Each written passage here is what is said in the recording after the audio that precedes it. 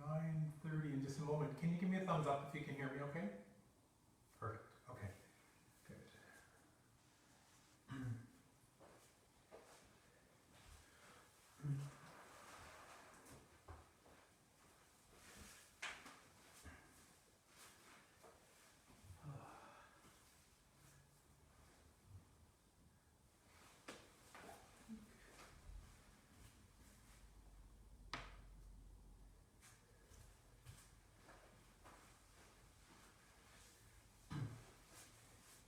Okay. Here we are, Monday morning. So, gentle flow class. Feel free to modify as needed. So it's going to be a little bit more mellow pace than some are accustomed to. So if you're looking for a more heated or active practice, remember you can always take it a little bit deeper. And conversely, if you feel like you need to rest at any time, just take a break. You're always free, you always have the liberty to adjust your practice as you need to. It's always a good reminder. Sometimes we can get caught in the, oh, I've got to do this, I've got to do this. In any aspect of life, remember, our mat is just a reflection of our life. So recognizing you always have the freedom to adjust for your needs.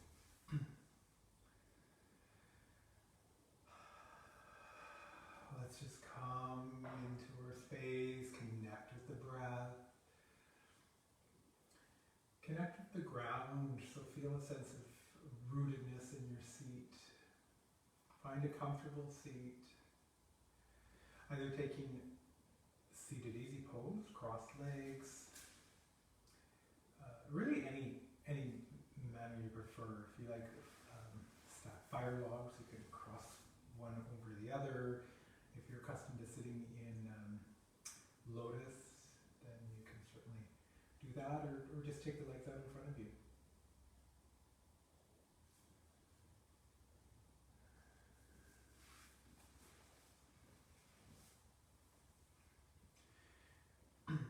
Keep the pelvis neutral so that the spinal column remains long and erect. Naturally lifting without any sort of force. Let the shoulder heads relax away from the ears. Keep the chin parallel with the floor.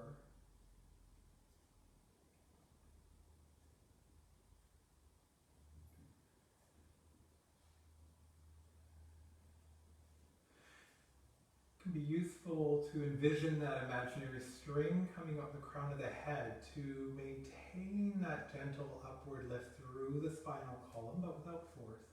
So we don't allow any sort of collapse. We want that natural lift and elongation of the spine.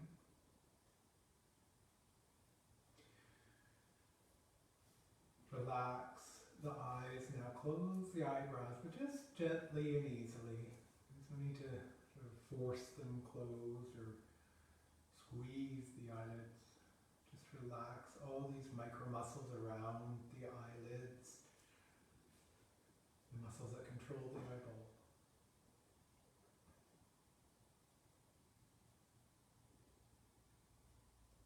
Take a moment to observe, with your eyes closed, the position of the eyeball in the eye socket.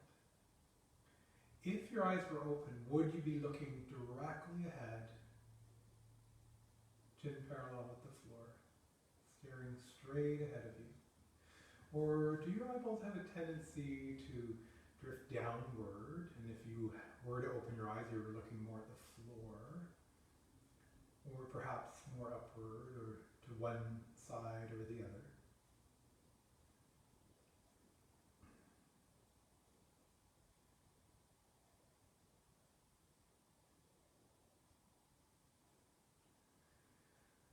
Bring the awareness to the breath and really observe how, as it passes through the nasal passage and down into the lungs,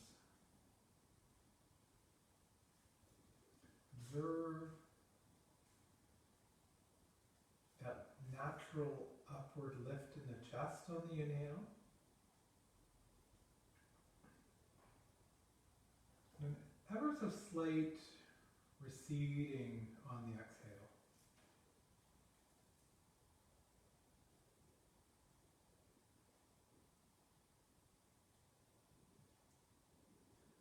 Observe the quality of the breath, the pace of the breath. How does it feel today?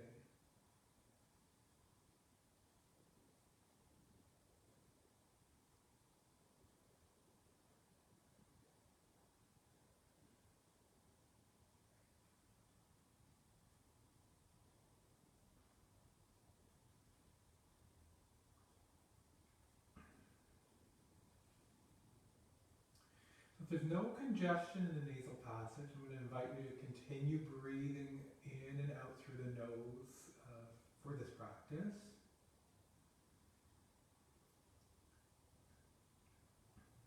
And bring the awareness just to the inner edge of the nostril. So focus the concentration here as we spend another 60 or 90 seconds just watching the breath entering and exiting the body.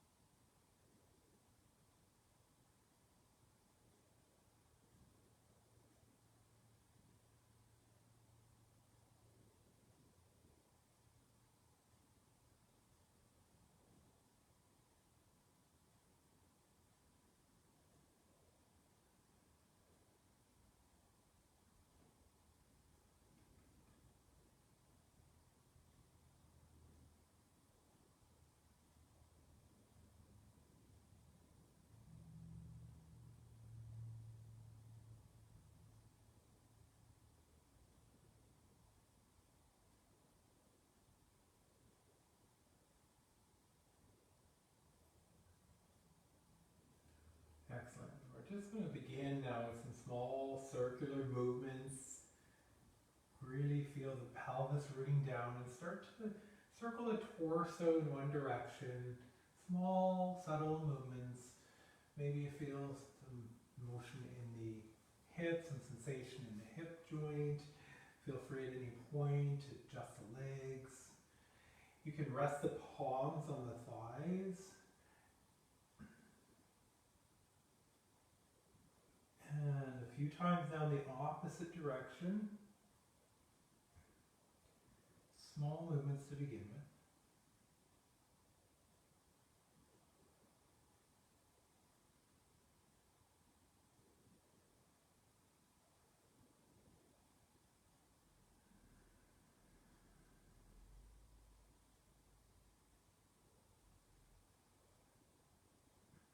And now, as you go again in the first direction, start to exaggerate these a little bit more.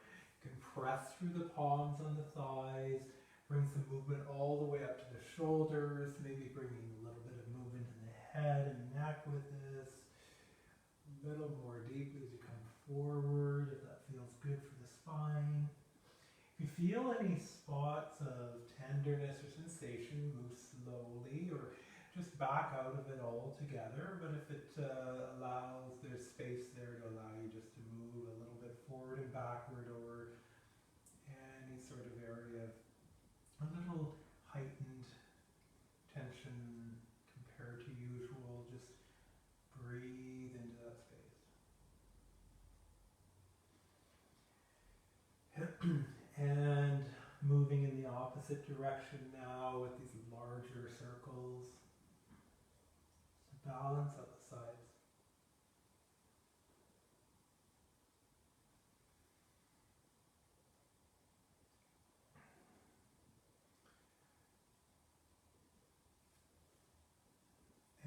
coming up to a neutral position here. We're going to turn the gaze to look over the right shoulder. Keep the chin parallel with the floor. Inhale the head back to center and then turn to look over the left shoulder. So again, chin just directly over the shoulder, bring the head back to center, again over the right shoulder. Inhale back to center and over the left shoulder. Back to center. Now we'll take the ear toward the shoulder, take the right ear down toward the right shoulder. Notice some sensation here in the left side of the neck. Inhale the head back to center, take the left ear to the left shoulder. Inhale back to center. Now taking the right ear to the right shoulder again. If you want, you can stretch the left arm out and perhaps the fingertips come to the floor, or maybe they're raised a little bit off the floor. And doing this just really allows more deep sensation in the left side of the neck. Bringing the head back to center, bring the left ear to the left shoulder. An option to take that right arm out, stretching it out straight, either fingertips on the ground or just above. And inhale the head back to center. Now we're going to take the right ear to the right shoulder again. An option to bring the right arm up, bring it overhead, bend at the elbow, rest the right palm right near the right ear, perhaps fingertips just at the top of the ear. And now rather than pulling the head toward the right, feel as if you're pressing the skull up in toward the right palm. Being gentle and cautious with the neck. Release the hand, bring the head back to center, left ear to the left shoulder. Option to take the left arm up overhead, bend at the elbow, and again rest the fingertips either on the ear or just above. And once more, press the skull into the hand, into the palm.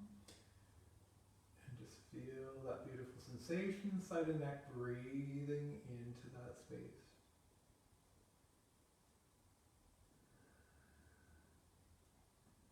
Release the hand, bringing the head back to center. We're going to start to hinge at the hip crease here, coming forward into a forward fold, leading with the sternum. You can walk the hands out in front of you. Now, you might be able to come quite close down to the floor. See if you can keep the sit bones down. Maybe not coming as far down here to anchor the sit bones back, but feel this torso coming out of the pelvis, coming forward, hinging at the hips. And of course, if you're able to go ahead and rest the head, letting it hang heavy, relaxing the back of the neck.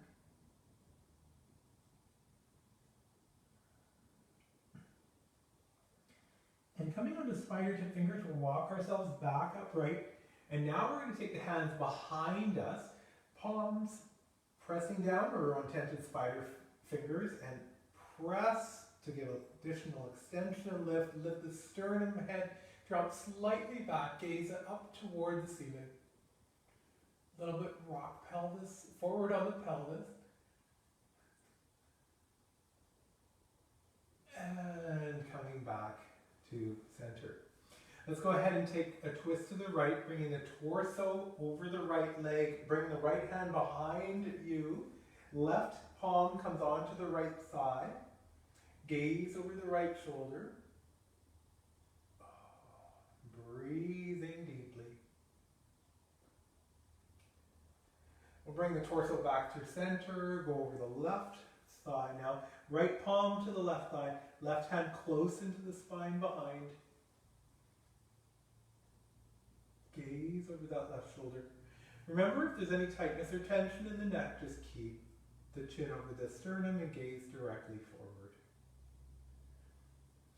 We'll come back to the first side here, just bringing the torso around toward the right hand side, left palm on the right thigh. Again, opening that right shoulder toward the wall behind you as you root down through the right hand to give additional lift through the spine. And coming back to the other side again, torso over the left thigh, left hand close behind.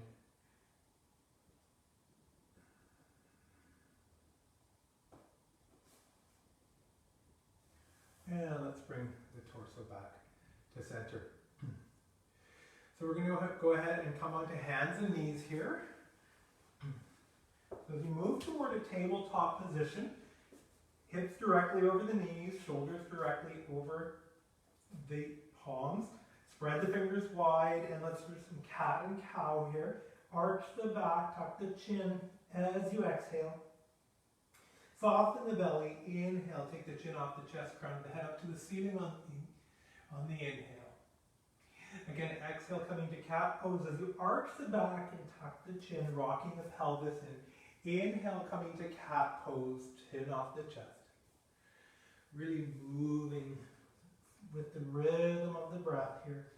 Feeling sensation, keeping the focus and attention inward here. Or perhaps just noticing how the breath is coming in past the edge of the nostril.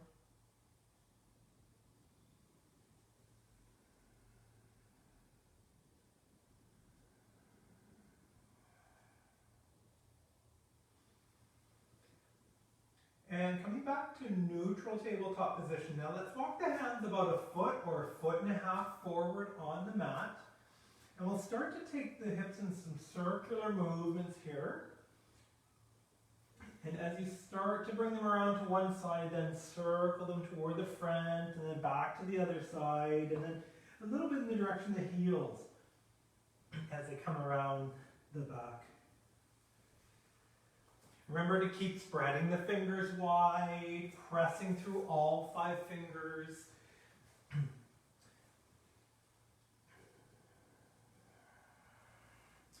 And then start to move in the opposite direction here.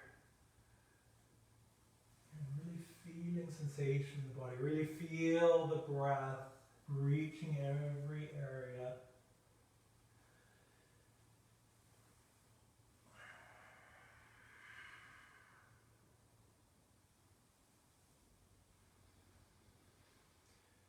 And the next time we move with the hips coming toward the buttocks, let's go ahead and bring them to center and then sink back to child's pose. Buttocks down to the heels, forehead resting on the mat, and allow the forearms to rest down as well.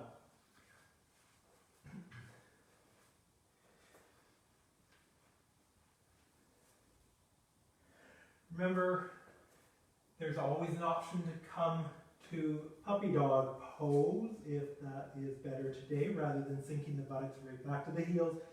Keep the hips directly above the knees and rest the forehead down on the mat.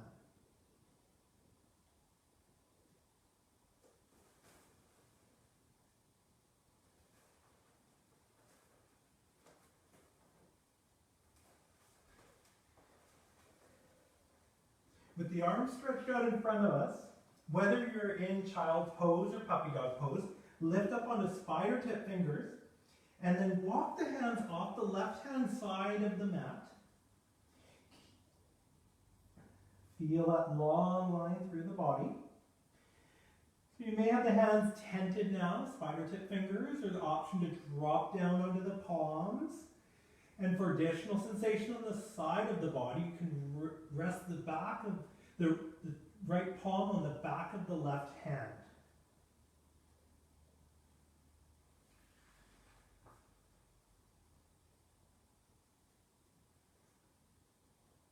If the hands are stacked, unstack them, come to tented fingers, walk back to center, and then take the hands off the right hand side of the mat. Again, option to remain in spider tip fingers or drop onto palms or stack the hands on top of one another.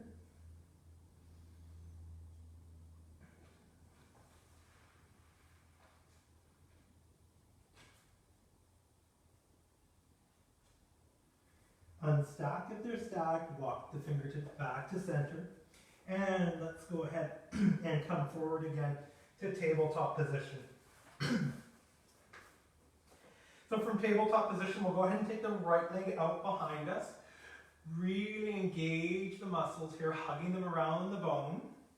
Keep the foot active, toes pointing toward the floor as you try to step the sole of the foot to the wall behind you. This really activates the hip flexor. Keeping the spinal column elongated and erect, crown of the head reaching forward, squarely pressing through both palms. Go ahead and lower that right leg. Let's raise the left leg up behind us now, but really engaging the muscles and hugging the bone so that you feel it really in this hip flexor area here and the gluteal muscles. Primarily the gluteus minimus on the indent of the hip. Crown reaches forward. Lower that left leg down. Now reach the right leg out behind us. We're going to walk the left hand forward toward the front of the mat, spider tip fingers. So really engaging the deep core abdominal muscles here, feeling the belly button coming toward the back spine. Option to raise that left hand off the ground and reach and extend the fingertips forward.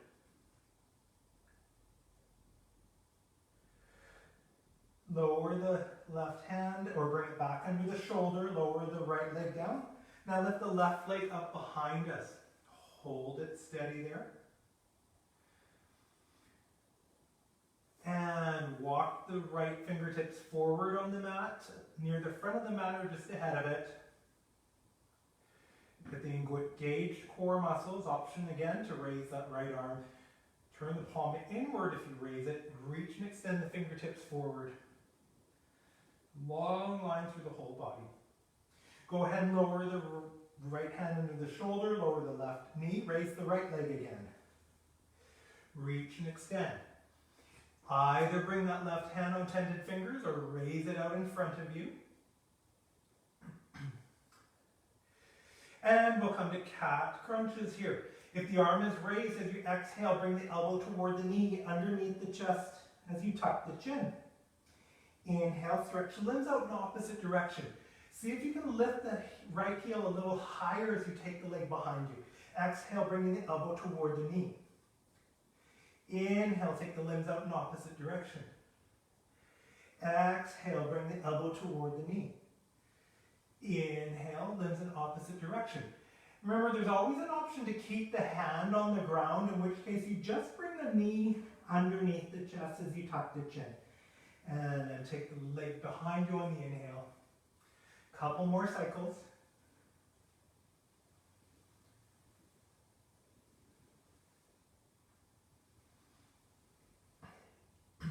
And finally, arriving with the limbs stretched out in opposite direction. Lower the left hand down. Keep the right leg raised. Lower the left hand under the shoulder. Now take the right leg across the midline of the body, off the left hand side of the mat. With the toes tucked, the foot reaches the ground, and then gaze over that left shoulder.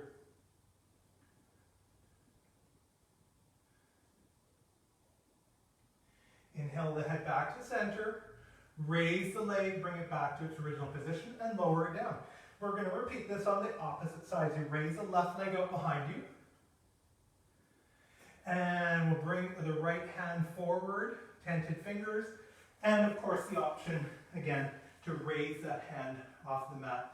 As we prepare for cat crunches on this side. Exhale, bringing the elbow to the knees. You tuck the chin and arch the back. Inhale, take the limbs in opposite direction.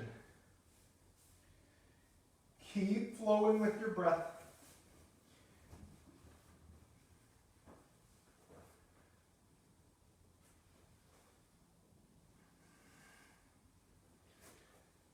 Few more times. Really connecting that breath, feeling it saturating the lungs, breathing into every cell of the body.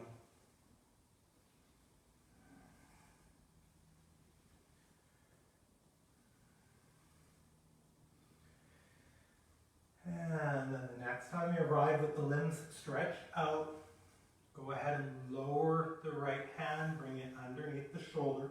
With the left leg extended up behind you, bring it across midline, take the tucked toes off the right hand side of the mat, and gaze over the right shoulder toward that foot.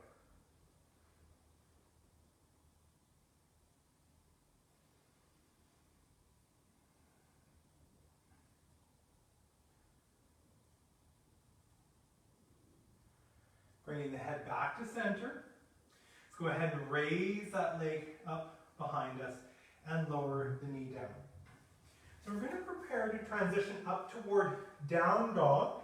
So as you press through the fingers, which are all spread widely here, tuck the toes with the knees bent, lift the hips back as you bring them up. Take them further back. We're lifting out of our palms here. We're going to walk the dog out a little bit. So drop one heel as you bend the opposite knee, and then move into the other side. Moving very slowly here to begin, warming up. Maybe half the speed you might think you want to be going. Really feeling sensation here.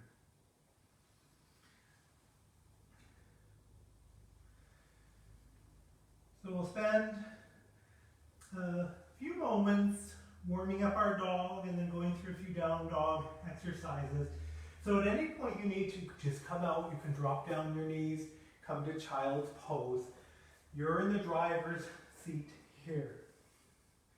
We're going to go ahead and raise the right leg up behind us, three-legged dog. Keep the hips squared off and parallel, but lift that heel high to the ceiling behind you. Keep the arms squared off to the front of the mat.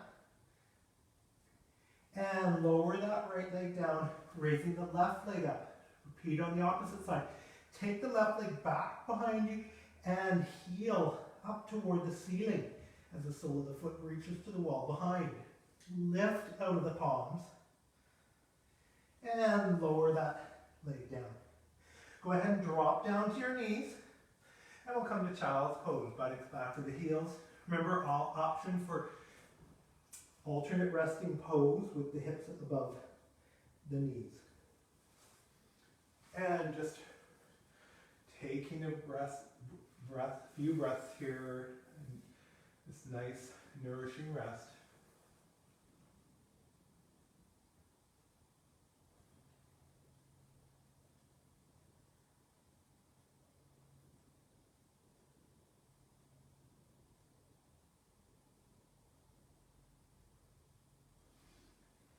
And as we lift the buttocks off the heels, coming through tabletop, we're going to be coming toward pigeon pose. So if that doesn't feel appropriate for your knees or hips today, you can do it a supine pigeon, a reclined pigeon on the back in figure 4. If you're coming toward pigeon, press through the palms, lift the hips up to down dog. Raise the right leg out behind you. As you bend the knee, bring the leg forward and plant the knee near the front of the mat between the palms and walking the foot forward. As much as is comfortable for your body. So for some people, the shin bone becomes perpendicular to the front edge of the mat where it's moving in that direction to the degree that feels good for your body. Keeping the hips squared off here, so make sure you don't fall out to one side. And press through the palms to give additional lift as you bring the torso out of the pelvis. Really feeling it in the hip flexor here. Holding this position for a few breaths before we come down to reclined pigeon. Remember a supine version of this pose on the back. Figure 4, crossing the legs. You can just open the hip by pressing on the inner leg. And the other option is to raise that leg, bring the hands around the shin or the back of the thigh. This is supine pigeon and works exactly the same area, this hip flexor, which we're looking to do. So on any given day, if pigeon doesn't feel right for you, maybe the knee or hip is requesting a little more gentle practice, and just come onto the back for supine pigeon. If you're in full pigeon, you can begin to come down into reclined pigeon. Walk the hands forward. Really feel the elongation of the spine as you begin to lower the head down toward the direction of the mat. Perhaps it reaches the mat, and if not, you can bring the hands, stack the palms or the fists, rest the forehead if you're in reclined full pigeon. And then breathing here, hips squared off. You can always walk that leg a little further back on the shoelaces of the foot. And keep ensuring the hips are squared off, and just notice if there's a tendency to fall out to one side and come back towards center with the hips, if that's the case.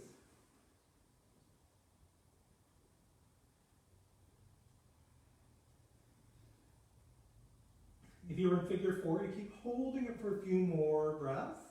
If you're in pigeon, go ahead and come up onto tented fingers and walking yourself back up. Tucking the back toes. Press through the palms now as you lift yourself up to prepare to come to three-legged dog.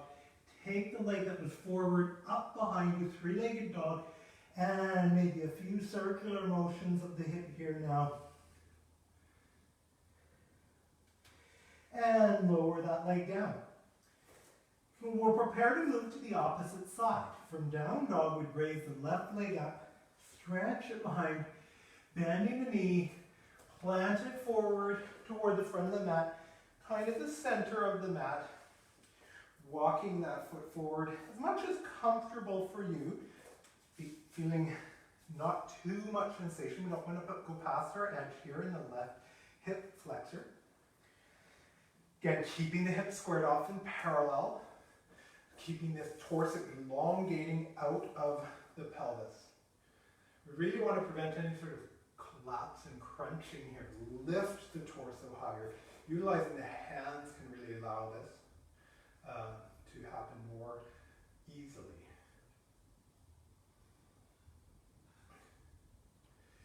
And now we'll slowly start to lower ourselves down. You can walk the hands forward as you bring the forehead down in the direction of the mat. And again, perhaps reaching the mat fully or resting it on stacked hands.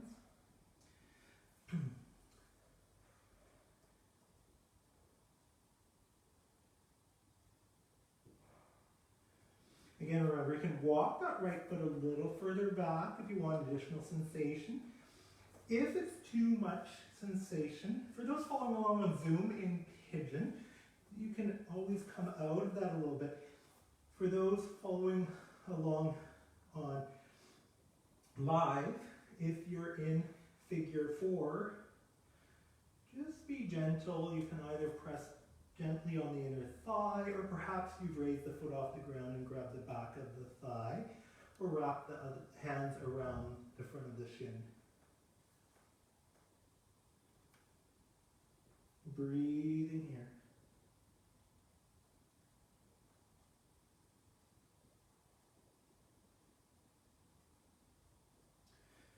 Few more breaths.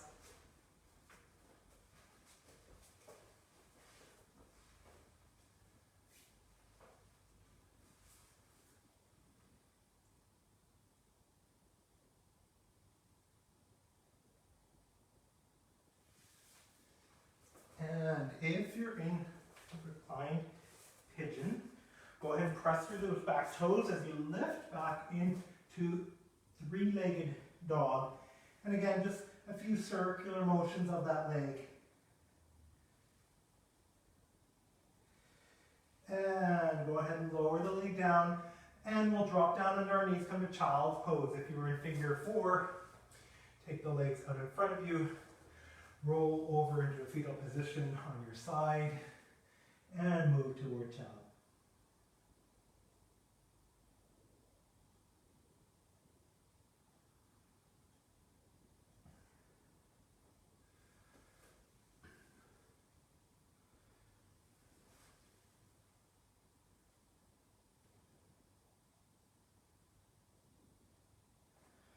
And we're going to come up toward tabletop position and transitioning again to down dog. Tuck the toes, knees bent, lift the hips back and up.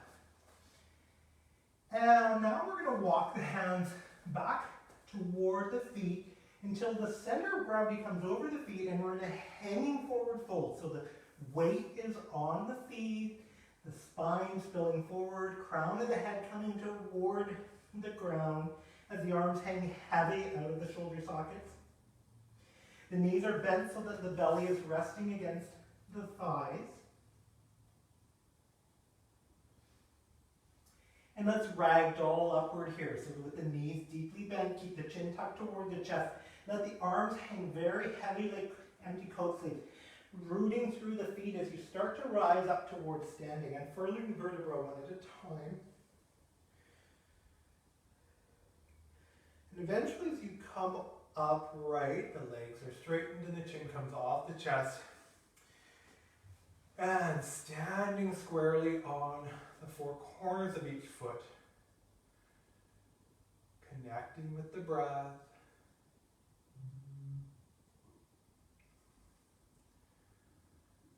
And we'll walk toward the front of the mat to come toward mountain, standing near the front of the mat.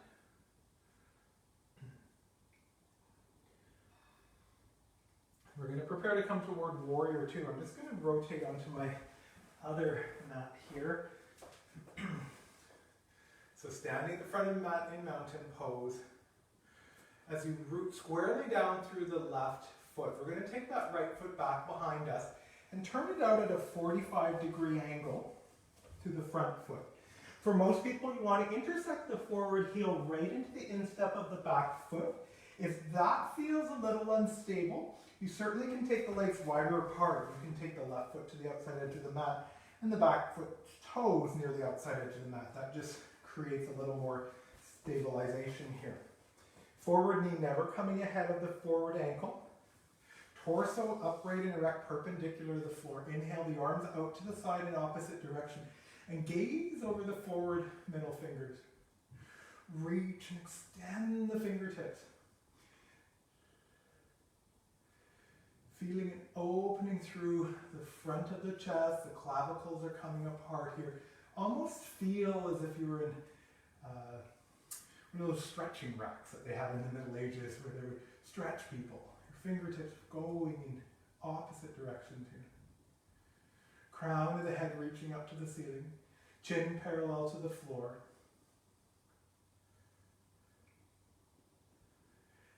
We'll hold here for several breaths.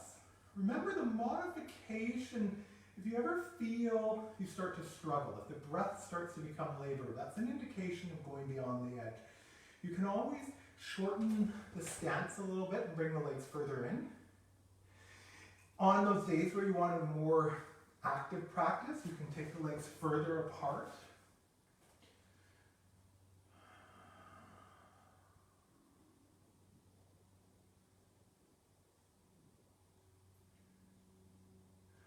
We're going to go ahead and straighten that forward leg. Reach forward with the forward fingertips. Rotate the palms and lower the back of the forward hand to the inside of the forward leg, raising the other overhead. Triangle pose here. So reach and extend the arms still in opposite directions. Don't worry as much about reaching down to the floor. That starts to impact the integrity of the torso. We want to keep feeling the torso lifting out of the pelvis. So it's less important of collapsing here. We want to knit these ribs together by reach and extend the torso out of the pelvis. Slight inward rotation on that forward leg. So there's a little more weight on the big toe mound than the pinky toe mound. And we'll inhale ourselves back upright, bringing the arms again at shoulder height. And let's turn the toes of the left leg in toward the long edge of the mat. Arms reaching out, 5-pointed star here. And lower the hands down to the hips.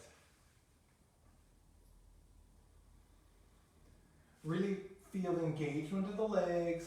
Activate, hugging the muscles to the bone. Toes are pointing slightly in here. Inhale the arms out again, 5-pointed star. Now turn that right foot to the back edge of the mat, the short edge of the mat. And we'll bend that forward leg, coming down to warrior two on this other side. Reach and extend the fingertips. crown of the head reaching to the ceiling, chin parallel to the floor, gazing over that right arm, middle finger. Hold here, feel the breath reaching every area of the body. Just observe where you may feel some strong sensation. If you've gone beyond your edge, back up.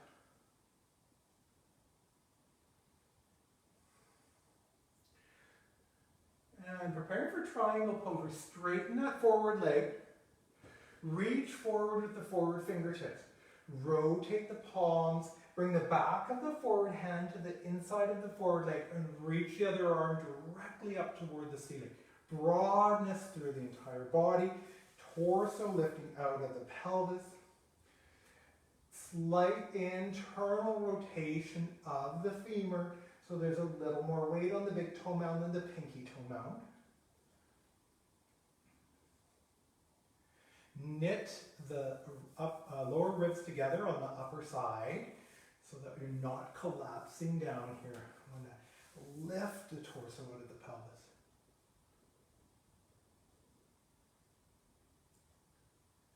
And we'll lift ourselves back up.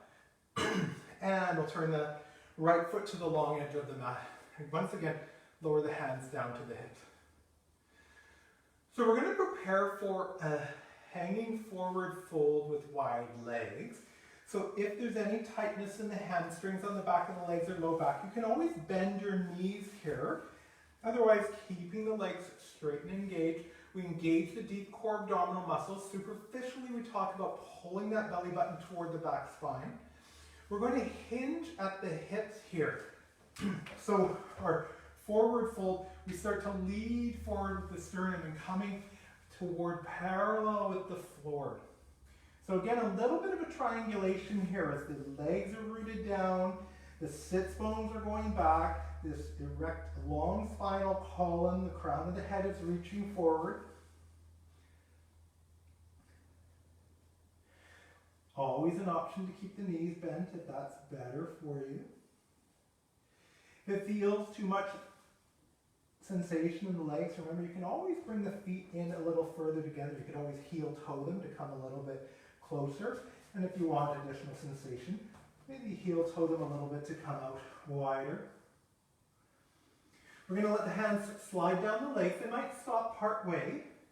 If they're able to reach all the way down, you start coming into more of a forward fold. Bring the hands down to the ankles. Some people like to take peace fingers around the big toes. And the crown of the head moving in the direction of the floor. Important here to have engaged abdominal muscles. So once again, on a superficial level, you're pulling the belly button toward the back spine. Otherwise, really engage in the transverse abdominis here.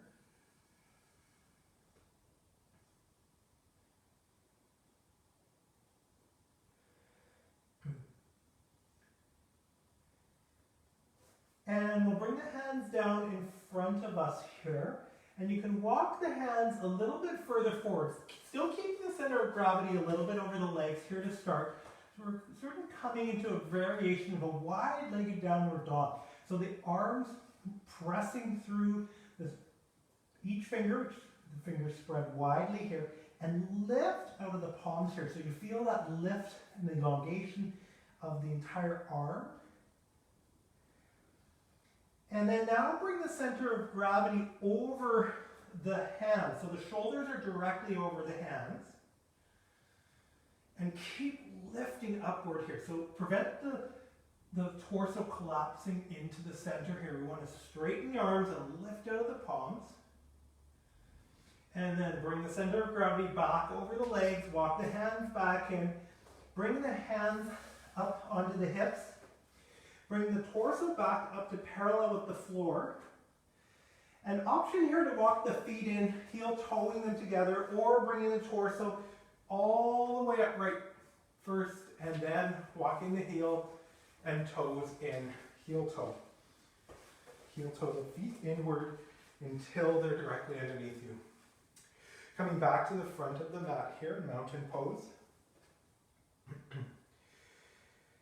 Beautiful. We'll come to a little bit of a standing balance pose here. We're going to root down through the four corners of our right foot. So the option here is to lift onto the tiptoes of the left foot. Really keep the right foot active, leg active and engaged, hugging the muscles to the bone. And if available to you, start to lift the left foot off the ground. Perhaps it comes up toward 90-degree angle, the knee bent, and the thigh bone perpendicular to the floor. Keeping the engagement in the right standing leg. And there's an option here to bring the hands interlocked and bring them around the shin of the raised leg. Maintaining squarely rooted on the four corners of the right foot and active engagement in that right leg. And on any given day, if you're not able to bring the knee all the way up or bring the hands around, it's perfectly fine to keep it a little bit out in front of you, or perhaps even just resting the toes on the ground as you keep feeling that lift upward through the right leg. If you've got the shins around, the hands around the shin, option to take the right hand out to the side and open the left leg out to the opposite side. Beautiful. The gaze might go over the outstretched right arm.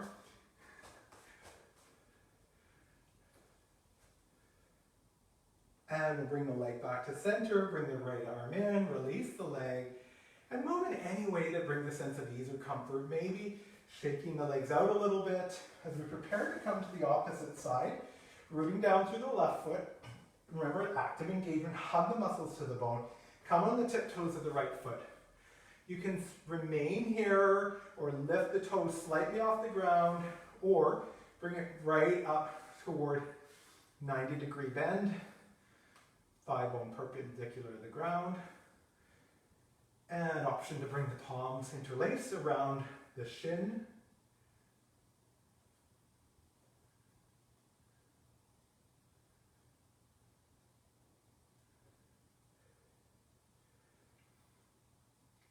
And if you have that option to bring the left arm out to the side and open the right leg out to the right side. And perhaps turn the gaze over the left fingers.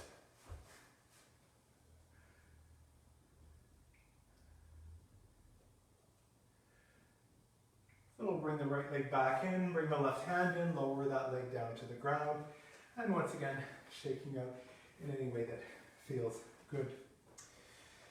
So let's go ahead and come into a wide-legged squat. Bring the feet to the outside edges of the mat. Turning the toes out slightly here. We're going to keep the spinal column in its natural position as we start to lower the sits bones down, coming into a wide-legged squat and lowering the sits bones toward the ground. Perhaps you're able to lower down to bring the hands into Anjali Mudra at heart center. Gentle opening of the inner leg by pressing the back of the upper arm into the inside of the leg. For those following along online, if you're not able to come all the way down and the palms are on the thighs, you can just pause here. Feel activation in the legs, the quadriceps, the hip flexors. Keeping that neutrality in the spine here so we're neither curving or arching the back.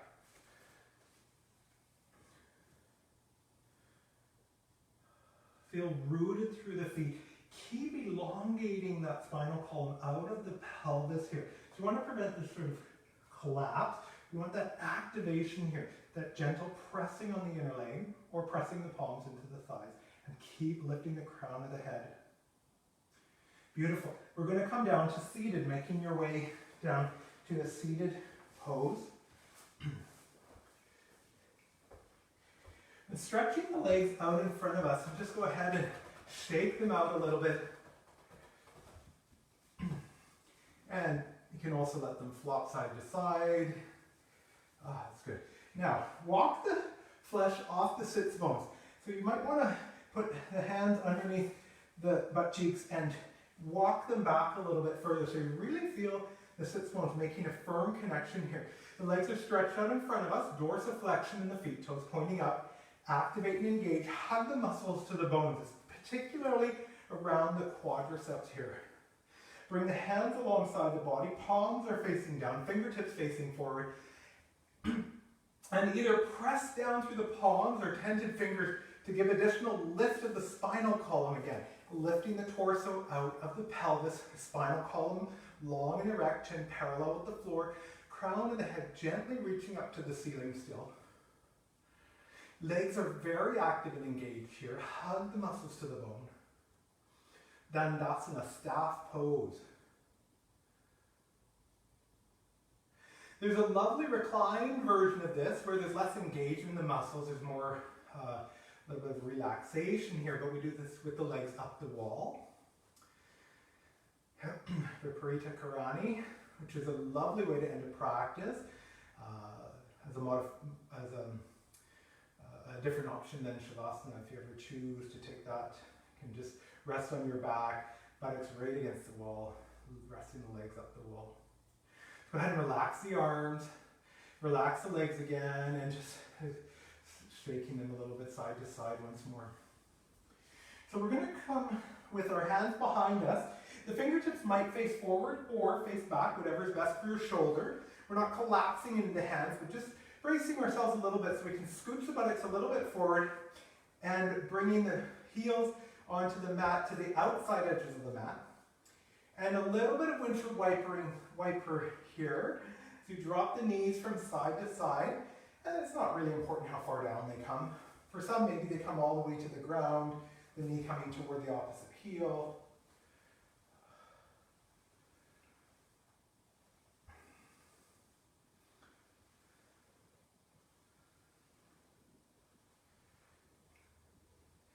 And now, as we drop the knees all the way over to the left-hand side, drop the right knee down so that it's coming right near the instep of the left foot.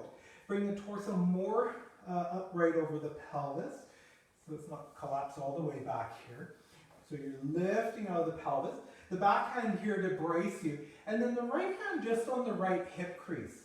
And a little bit of motion here as you bring the hip forward and then take it back. Gentle here, feel this beautiful movement in the hips. We've already done a little bit of work there, either in pigeon or supine pigeon. Different area, the hip flexor, the hip rotator. So breathing that hip forward and backward here.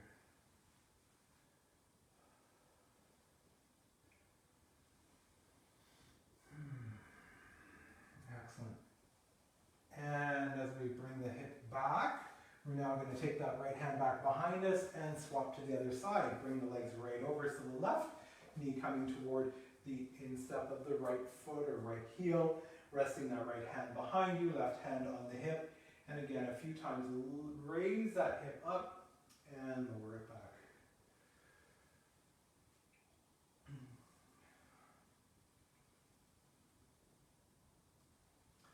So the placement of the foot behind really is contingent on what it feels like for your body. So some people actually like to rest on the inner ankle, the sole of the foot directly parallel to the wall behind, but for some people that's not comfortable. So you can always turn the foot out and rest on the shoelaces of the foot. Really, that's just a good example of how you can modify that feels best for your body. Beautiful. As you bring the buttocks back down, release that hand, and we'll bring the legs back out in front of us again. We're going to take them in front of us as we move down toward a reclined position on our back. Lowering the back straight down, knees are bent, soles of the feet flat on the ground.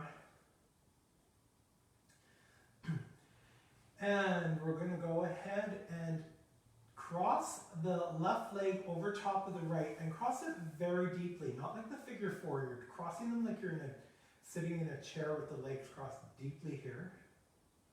Taking the arms out away from you in a T formation and lower the legs over to the left-hand side. Now, if this is too much sensation in the hip flexor, there is an option to uncross the legs, bring the knees together, one on top of the other here. It just works a little bit different areas. So this one's working more in the hip flexors. If you uncross the legs and drop them to the side, you get more of a lateral twist in the spinal column. You're gazing over the opposite shoulder if that feels okay for your neck. Otherwise, just rest on the back of the skull and look toward the ceiling.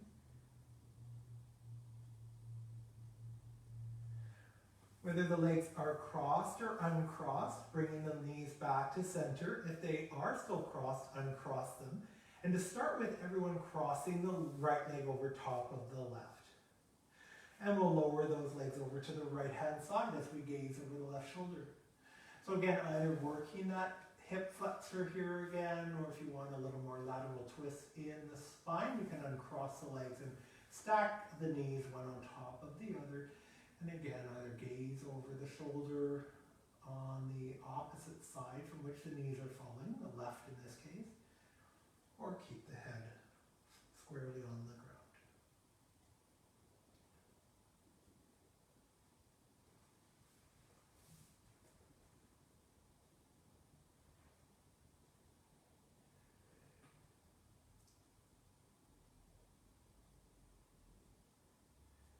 Bring the head back to center if it's looking over the shoulder. Bring the legs back up. Let's go ahead and keep the knees touching here as you take the soles of the feet to the outside edges of the mat. Do a little bit of an inward rotation in the femur. And now observe what's happened in your low back. Perhaps there's an arch where you could actually slide a hand underneath. Or if you rock the pelvis a little bit in the direction of the head, notice how the spine comes fully flush with the mat and press through the sacrum to really spread the low back wide. Now walking the feet in toward one another, the knees are still touching. And now dropping the knees out, now bring the soles of the feet together as we come toward goddess pose.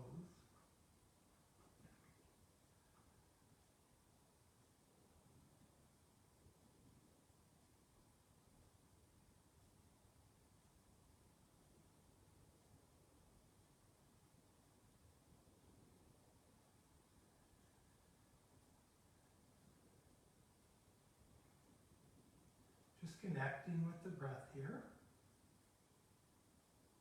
Option to bend the arms at the elbow and rest the palms on the belly.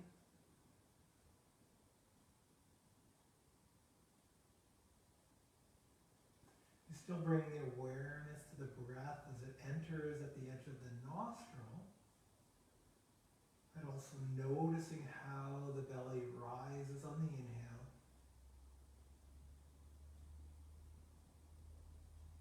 Receding on the exhale.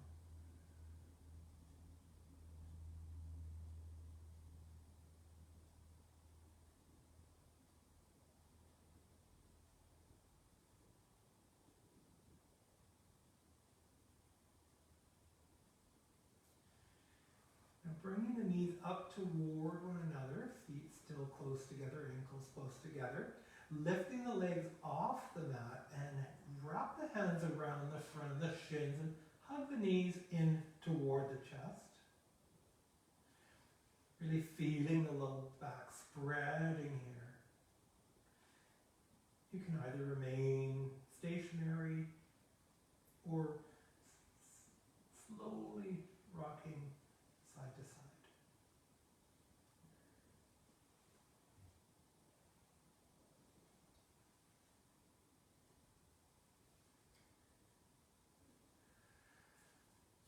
So we're going to stretch the legs out in front of us.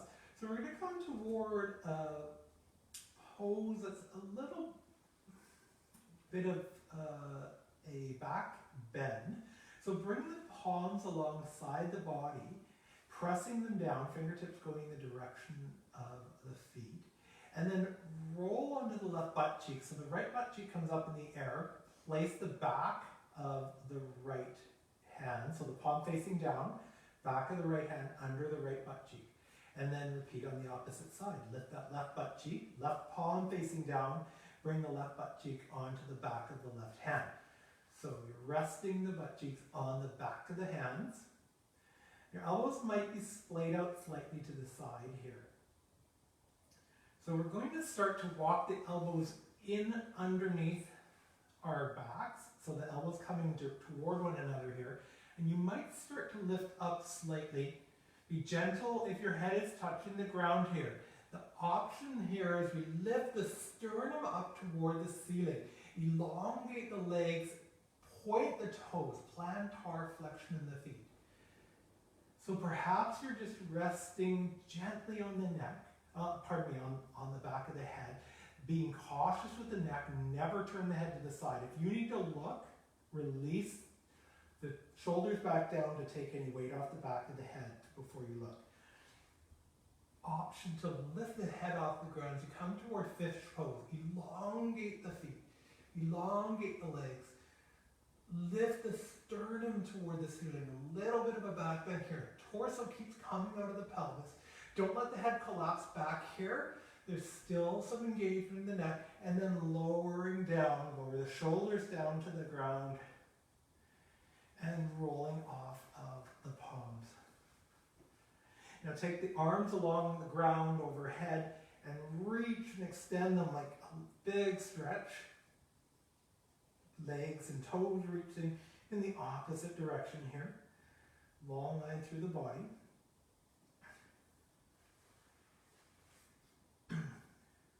Now we'll take the right legs about 6 inches over toward the right, and then take the right palm around the left wrist, and start to arc the body over toward the right hand side. So you're feeling like a crescent moon type shape, right from the toes all the way along the side of the body and out through the fingertips. Bring the arms back to center, bring the legs back to center. You can take the legs over to the left side a few inches here, swap the hands out, left palm on the right wrist, and bring the arms over toward the left hand side. Some people like to do this where they cross the left leg over top of the right, just at the ankles. It's a little more sensation here. It's a little bit of a lateral stretch, a very easy warm down one here. If you've crossed the legs, uncross them, bring the arms back to center, bring the legs back to center. And now just spend the next minute or so moving in any way that feels appropriate for your body, listening intuitively to what your body is asking in this moment. And as we prepare for Shavasana, perhaps just spend that next 45 seconds finishing up any movement that is calling to you, or maybe gathering an article of clothing or blanket or something to keep yourself warm during our final resting pose, Shavasana.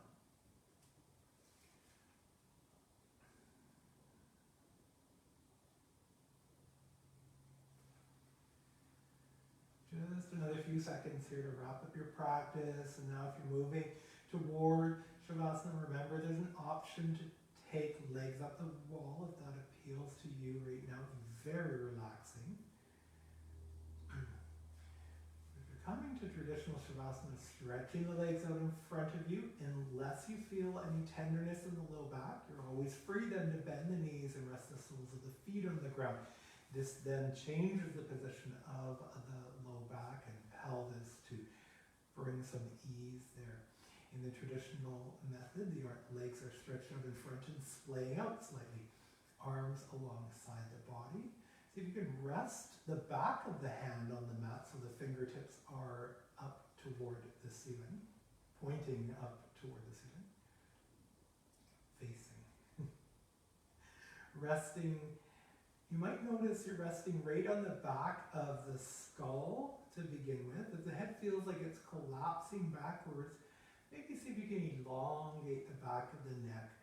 Raise the head half an inch off the ground. Elongate the back of the neck. Gently tuck the chin slightly toward the chest. Lower the head down, coming more on the occipital ridge, that little bony ridge near the bottom of the skull.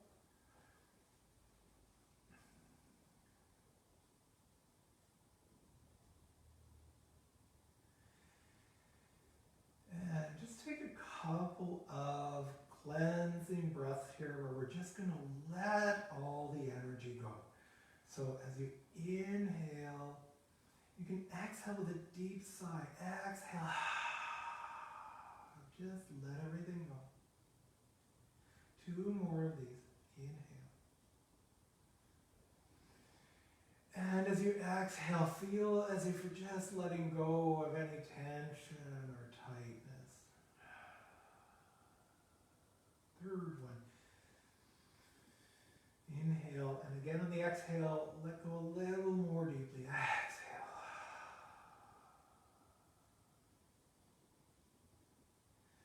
Now just allowing the breath to return to its natural pace. See if you can just feel a complete sense of rest and relaxation, complete sense of letting go and sinking into the ground, allowing the weight of gravity to weigh you down.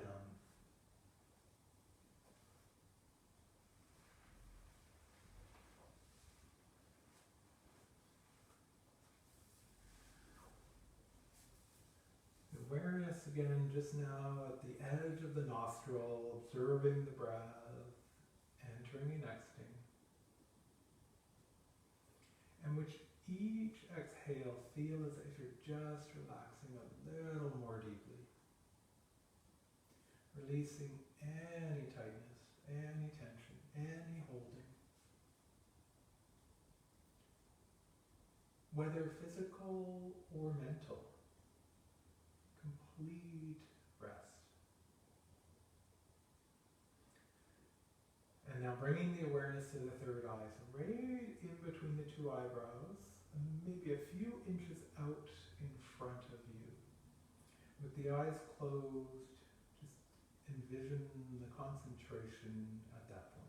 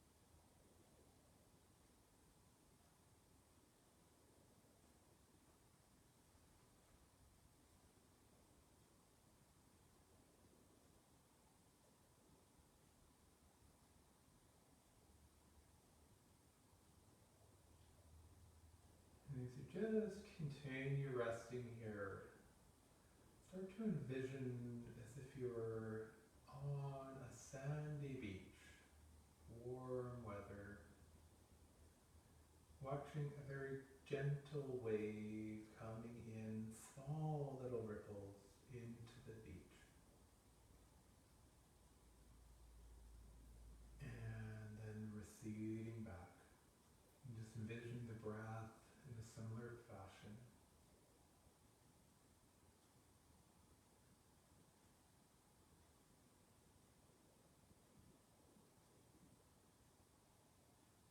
Now starting to make some small movements, maybe wiggle the fingers and toes, or start to rotate the wrists and ankles.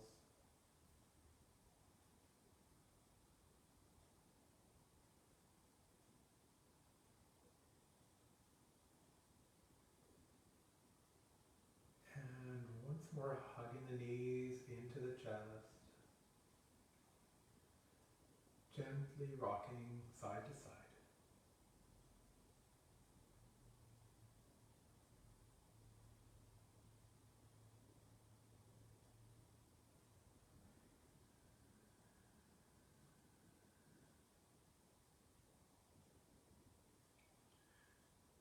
Eventually landing on the right hand side in the fetal position.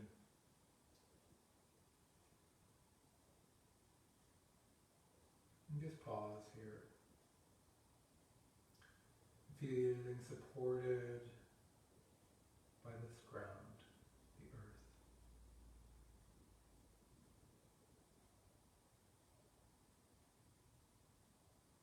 Stretching up the upper arm, pressing into the upper hand, coming up to an upright position, seated position to close our practice.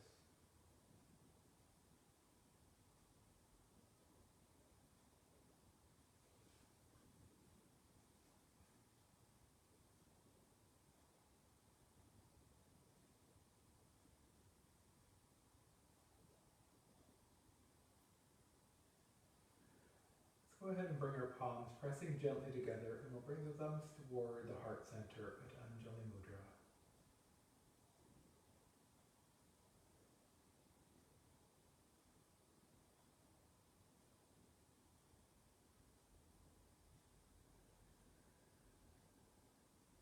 And see if you can observe on the inhale that slight lift in the chest, pressing against the thumbs.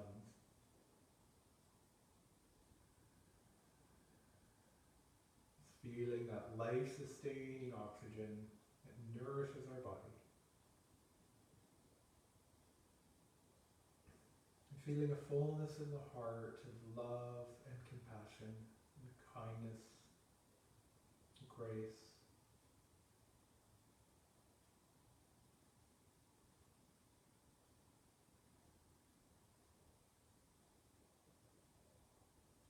Light and ease.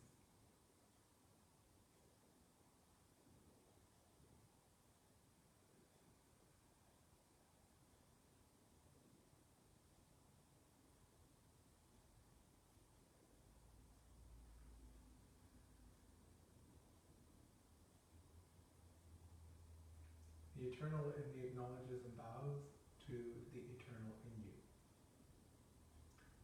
Jai Bhagwan and Namaste.